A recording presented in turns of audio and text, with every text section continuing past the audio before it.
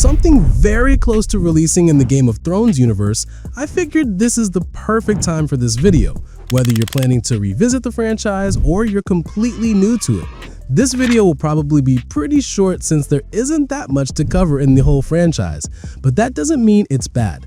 Game of Thrones is still considered one of the greatest TV dramas ever made, and honestly, it's pretty simple and easy to follow. In this video, I'll focus more on the recommended ways to watch it, the upcoming projects, and everything you need to know. So make sure you stick around to the end so you don't miss anything. As usual, we're going over 2 ways to watch the franchise, and the first one is the chronological order, basically following the timeline. So first, you'll want to start with House of the Dragon Season 1 and Season 2. It's a prequel to Game of Thrones that takes place almost 200 years before the events of the main series. Together, the 2 seasons have 18 episodes, each roughly an hour long, sometimes a bit more. So yeah, watch both seasons first. After that, jump to A Knight of the Seven Kingdoms, an upcoming TV series set to release on January 18th, 2026. It's another prequel to Game of Thrones, and so far it's expected to have around 6 episodes, but we can't fully confirm that since it hasn't released yet. This series takes place roughly 72 to 80 years after the events of House of the Dragon. And finally, move on to Game of Thrones. The series has 73 episodes across 8 seasons. Seasons 1 to 6 each have 10 episodes, Season 7 has 7 episodes, and the final season 8 has 6 episodes. Watch all 8 seasons, and with that, you've completed the timeline order. If you prefer watching everything in release order, it's even easier. Start with all the seasons of Game of Thrones, then move on to the 2 seasons of House of the Dragon, and finally end with the upcoming A Knight of the Seven Kingdoms series. And that's it. Moving on to future projects. HBO's chairman and CEO Casey has officially confirmed that more Game of Thrones related content is on the way, including additional seasons of House of the Dragon.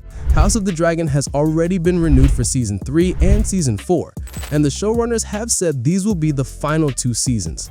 Season 3 is expected to drop around mid-2026, most likely in June. Production started in early 2025, and filming reportedly wrapped by the end of 2025. As for Season 4, it'll probably arrive sometime in 2028 or later, but nothing is confirmed yet. These are just the current expectations.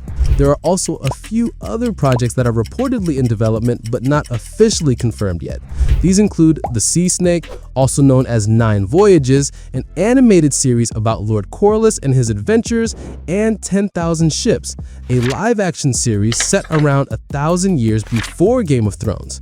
There's also an animated project called The Golden Empire, which takes place in Yi Ti.